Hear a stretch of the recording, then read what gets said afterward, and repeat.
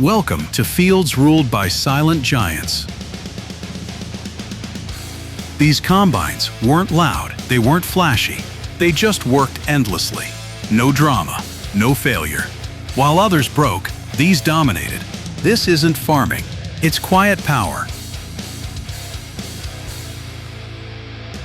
Number 1. Claas Dominator 108. The Claas Dominator 108 was not designed to be flashy. It was designed to work, and work without excuses. Introduced during a period when European farms demanded more capacity without sacrificing maneuverability, the Dominator 108 became one of the most respected mid to large class combines across Germany, France, the UK, and Eastern Europe. Claas already had a reputation for engineering discipline. The Dominator 108 refined that philosophy into a machine that felt more like a precision instrument than a brute force harvester. It was large enough to compete with heavy hitters of its era, yet compact enough to navigate narrow European fields, tight gateways, and uneven terrain. Farmers quickly discovered that it could maintain consistent throughput even in damp, tangled crops where many machines struggled. What truly set the Dominator 108 apart was balance. The threshing system delivered smooth crop flow with minimal grain damage. Straw quality remained high, making it ideal for regions where straw had economic value beyond residue. The machine did not rush the harvest. It controlled it. That control translated into fewer blockages, less downtime, and a calmer operator experience. In real-world conditions, the Dominator 108 earned its reputation quietly. It did not dominate with brute horsepower. It dominated by finishing fields when others had already parked. During unpredictable European autumns when rain arrived without warning and soil turned soft overnight, the Dominator's weight distribution and traction allowed it to continue harvesting while heavier machines sank. Operators often described it as honest. It told you what the crop was doing. It responded predictably. It rarely surprised. That predictability built trust.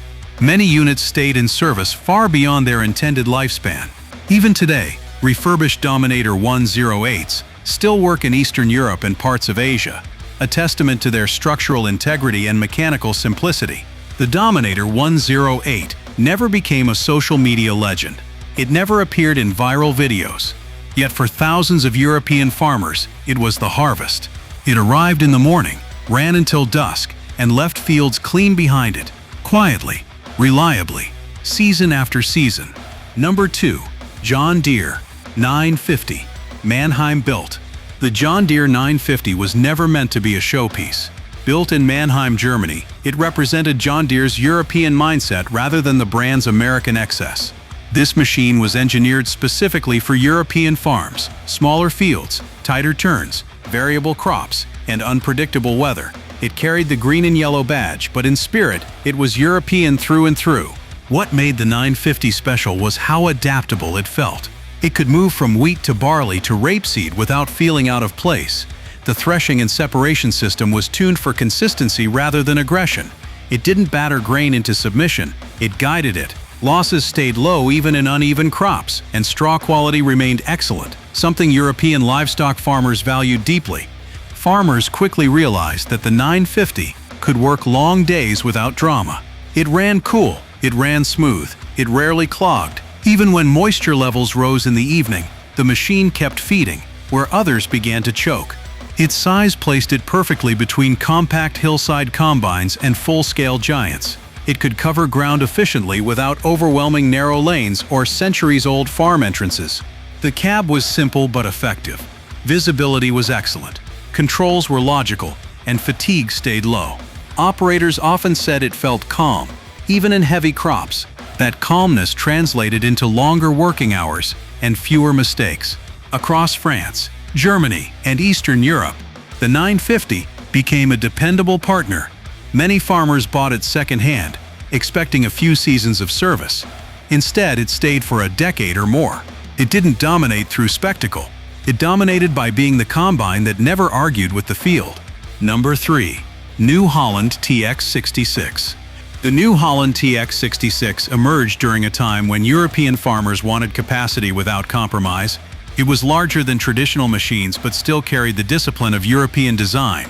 The TX series proved that New Holland understood Europe's terrain, weather, and crop diversity. The TX66 became known for its appetite. It could swallow wide headers and maintain steady output in thick, lodged crops that slowed competitors. Yet, despite its size, it never felt clumsy. Steering remained precise. Ground pressure stayed reasonable. It worked in damp fields where bulkier machines hesitated. Its threshing system balanced aggression and finesse. Grain came out clean, with low breakage. Losses stayed predictable, even at higher speeds. For farmers racing weather windows, this mattered. When rain clouds formed on the horizon, the TX66 could push harder without sacrificing quality.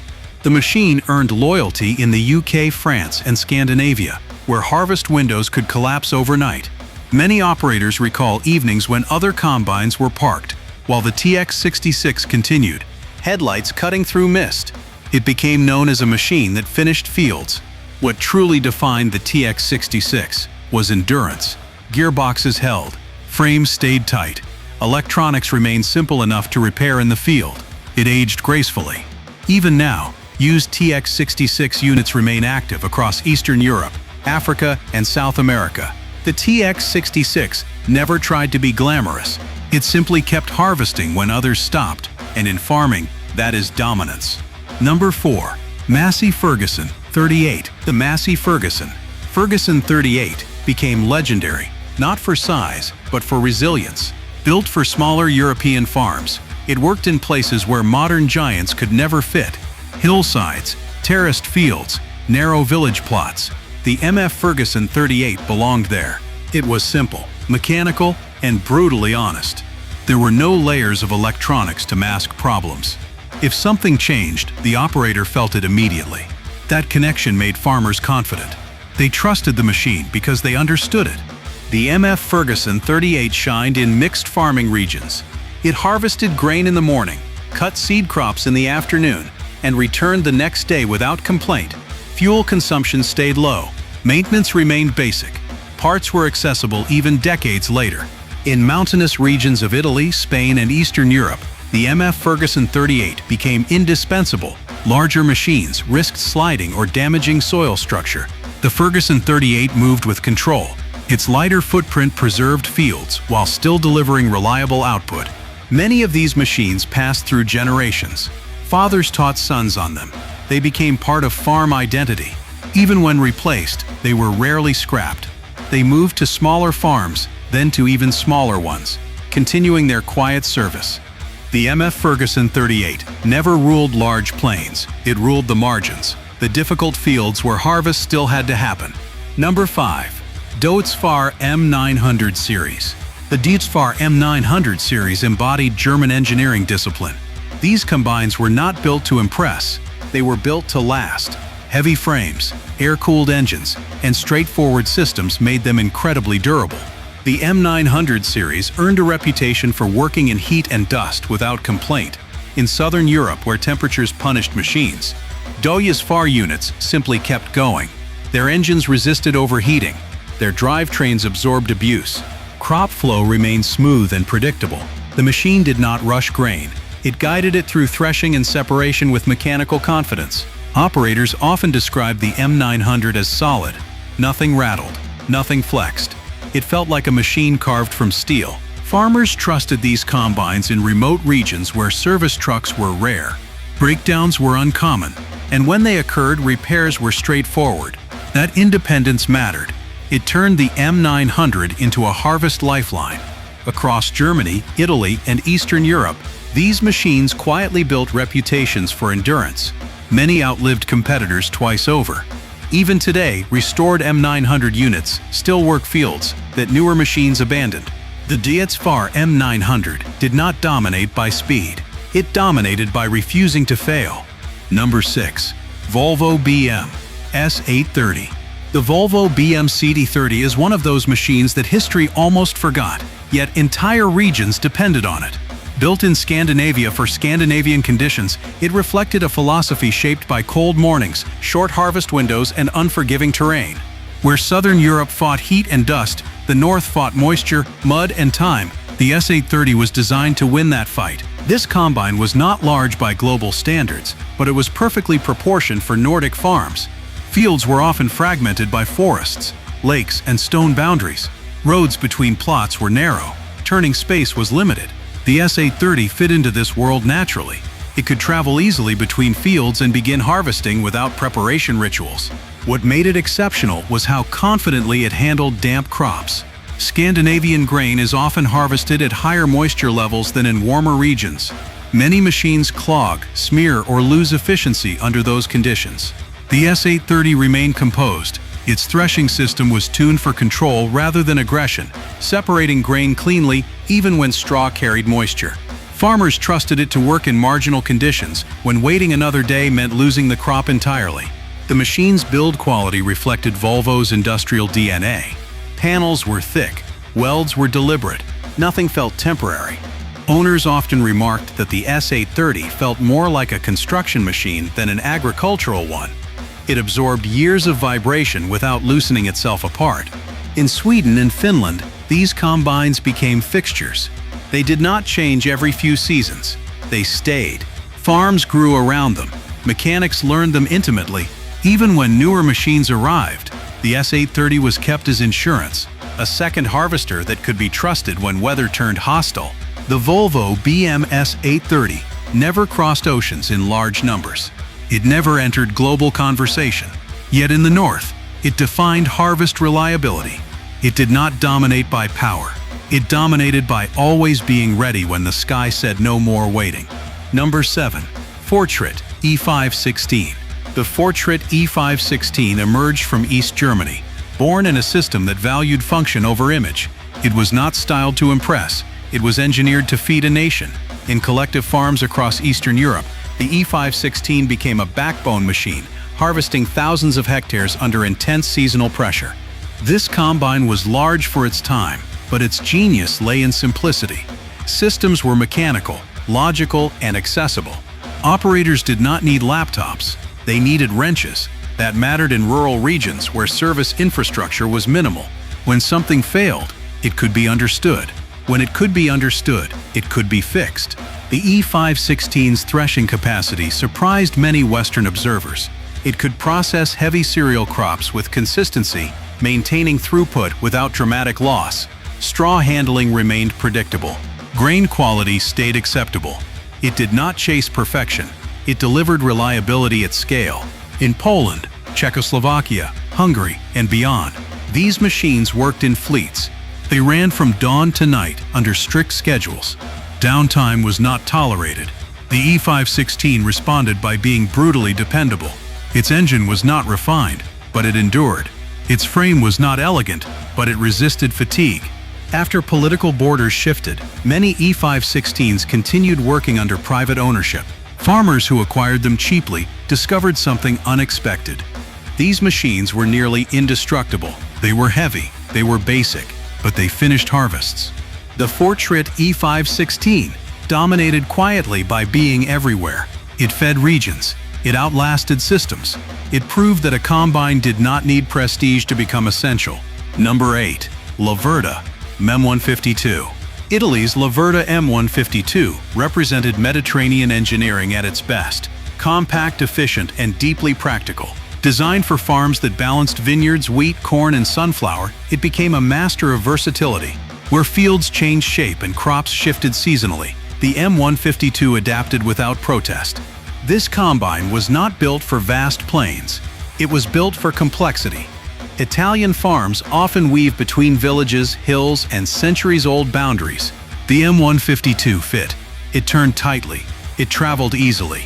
It entered spaces where larger machines hesitated. What made it exceptional was crop sensitivity. The M152 handled delicate grains with care. Breakage stayed low. Separation remained clean. For farmers selling premium grain, this mattered as much as speed. The machine did not rush.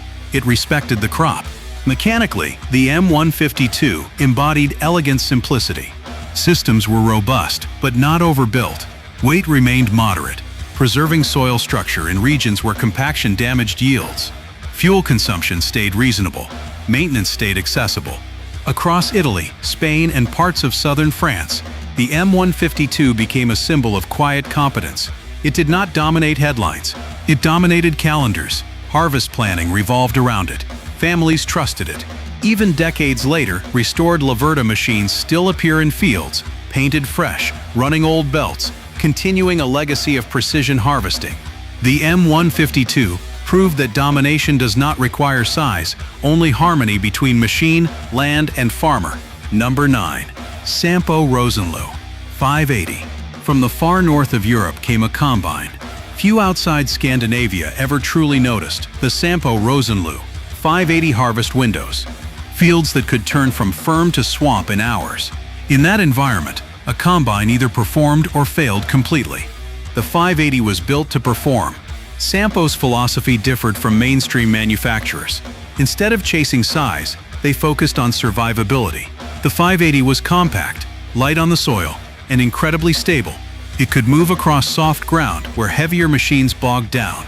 That ability alone made it indispensable in regions with peat-rich soils and frequent rainfall. What truly defined the 580 was its calm handling of difficult crops. Oats, barley, rye, often harvested damp, flowed smoothly through its threshing system. It resisted clogging, it tolerated moisture. Operators learned that when other machines demanded patience, the Sampo simply kept working. Its mechanical layout favored clarity. Everything could be seen, everything could be reached. Farmers in remote areas valued this more than any digital convenience. When something wore out, it was replaced. When something loosened, it was tightened. The machine invited understanding. In Finland and neighboring regions, these combines became long-term companions. They were not replaced quickly. They were repaired, repainted, and returned to the field. Many still harvest today, proof that the 580 was never meant to be temporary. The Sampo Rosenlew 580 dominated not by force, but by reliability under pressure. It worked when the season threatened to collapse. In northern farming, that is the highest form of authority. Number 10. Fahr M66. The Fahr M66 represents an era when combines were built with mechanical confidence rather than digital dependence. Produced in Germany before Deutz-Fahr unified branding, the M66 embodied precision and restraint. It was designed for mid-sized European farms that demanded quality without complexity. The M66 excelled in balance. It was powerful enough to maintain steady throughput, yet gentle enough to preserve grain integrity. Straw emerged usable, grain emerged clean, losses remained controlled. It did not chase speed, it chased consistency. Its construction reflected traditional German values: solid steel, thoughtful engineering, and long service life. Panels aligned cleanly, components aged predictably, nothing felt rushed. Even decades later, restored M66 units operate with dignity, their movements measured and confident. The cab, while basic, provided excellent visibility. Operators stayed connected to the harvest. They heard the threshing. They felt changes in crop density. That sensory feedback allowed precision harvesting, long before sensors existed. Across Central Europe, the M66 became a farmer's machine. It was not bought to impress neighbors. It was bought to secure harvests. Many remained in families for generations, handed down rather than traded in. The Fahr M66 quietly taught a lesson modern machines sometimes forget. Productivity is not just speed, it is control over time. These machines never asked for attention. They earned respect in silence. They fed nations, outworked generations, and never complained. Modern combines are smarter. These were stronger. True power doesn't shout.